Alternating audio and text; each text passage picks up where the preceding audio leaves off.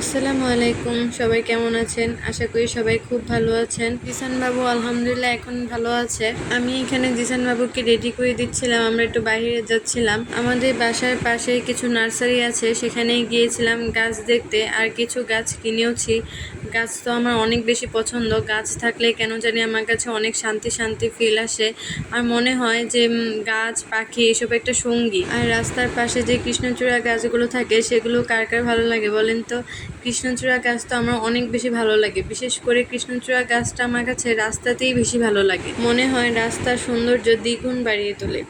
আর বাগান বিলাস তো বরাবরই আমার অনেক বেশি পছন্দের, যদিও তার কোনো গ্রান নেই তবুও অনেক ভালো লাগে। আগে দর্শনদারি তারপর গুণ বিচারি, এই আর কি। নার্সারিতে এসে গাছগুলো ঘুরে ঘুরে দেখছিলাম। তারপর একটা কাঠগোলাপের দিকে নজর গেল, কিন্তু কাঠগোলাপ বারান্দাতে হয় না, কারণ কাঠগোলাপ গাছ অনেক বড় হয়। এগুলো গাছ ছাদে বা যাদের উঠোন থাকে তারা লাগাতে পারবে। আর কাঠগোলাপ তো সব মেয়েদের কাছে এক একটা ভালোবাসা। আর আমার আরেকটা পছন্দের ফুল হচ্ছে চেরি ফুল। এই গাছটা আমার কাছে অনেক পছন্দ হয়েছিল ফুলগুলোর জন্য। ফুলগুলোর কালার এত সুন্দর ছিল কি বলবো, কিন্তু এই গাছটি দুঃখের বিষয় আমি নিতে পারিনি, কারণ এই গাছটা অন্য একটা আন্টি নিয়ে গিয়েছে। অন্য আরও চেরি ফুল গাছ ছিল কিন্তু গাছে ফুল ছিল না, তাই আমি কিনিনি। আর এই যে জিসান বাবু, সে তো একদম বাহিরে গেলে ভদ্র হয়ে যায়, সে অনেক ভদ্র হয়ে যায়। বাহিরে গেলে কোনো কথা বলবে না, কোনো শব্দ করবে না, সাউন্ড করবে না, কান্না করবে না, তার ক্ষুধা লাগবে না। তাকে বাইরে নিয়ে যাওয়া অনেক শান্তির একটা বিষয়। এই তো আমার শখের ছোট ছোট গাছগুলো। এই গাছটা এত বেশি ভালো লেগেছে, একদম বনসাই বনসাই লাগছিল। আগে আমি অনেক গাছ লাগাতাম কিন্তু এখন অনেক কমে গিয়েছে। তারপর টুকটাক চেষ্টা করি। আর এখন তো জিসান বাবুকে নিয়ে গাছের যত্ন করা হয়ে ওঠে না। আর কোনো কিছুর যত্ন ছাড়া ভালো হয় না, সেটা সম্পর্ক হোক বা কোনো জিনিস বা কোনো গাছ, কোনো পাখি, যে কোনো জিনিস আপনি যতটা যত্ন করবেন সেটা ঠিক ততটাই সুন্দর থাকবে।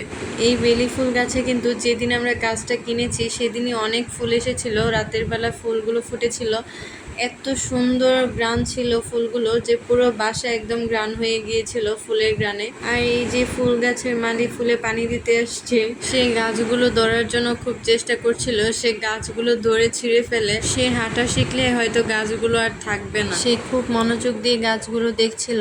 সে ইদানিং নতুন কিছু দেখলে বা তার ভালো লাগলে, তাকে আকৃষ্ট করলে সে ওই জিনিসগুলো নিতে চায়।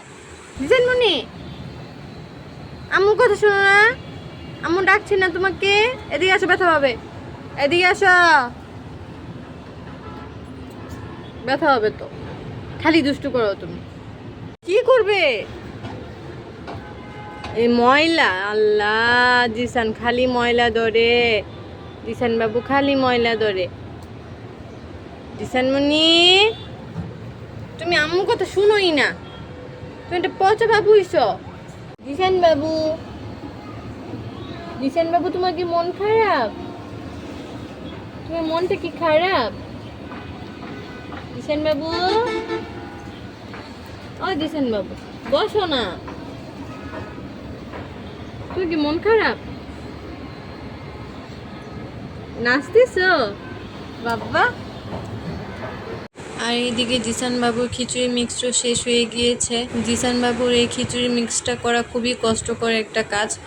ধুইতে হয়, শুকাতে হয়, তারপর আবার বাছতে হয়, ব্লেন্ড করতে হয়, অনেক প্রসেসিং করতে হয়। তাই এবারে একটু বেশি করে নিয়ে নিয়েছি যেন অনেক দিন যায়। ভেজে ব্লেন্ড করে বয়মে রেখে দিলে কিছুই হয় না। আমি এই খিচুড়িটা সবজি দিয়ে রান্না করি, আবার সাথে একদিন মাছ বা একদিন মাংসও দিই। এতে দেখা যায় জিসান বাবুর সারাদিনে 6টি উপাদানই পেয়ে যায়: আমিষ, শর্করা, স্নেহ, ভিটামিন, খনিজ লবণ, পানি। আর এদিকে আমি জিসান বাবুকে ঘুম পাড়ানোর চেষ্টা করছিলাম, কিন্তু সে তো কিছুতেই ঘুমাবে না। জিসান বাবুকে ঘুম পাড়ানো অনেক কষ্টকর একটা বিষয়। যাই হোক, এই ছিল আজকের দিনটি। আজকের ভিডিওটি এখানেই শেষ করছি। আপনারা সবাই ভালো থাকবেন, সুস্থ থাকবেন, আর জিসান মনির জন্য একটু বেশি বেশি দোয়া করবেন। আল্লাহ হাফেজ।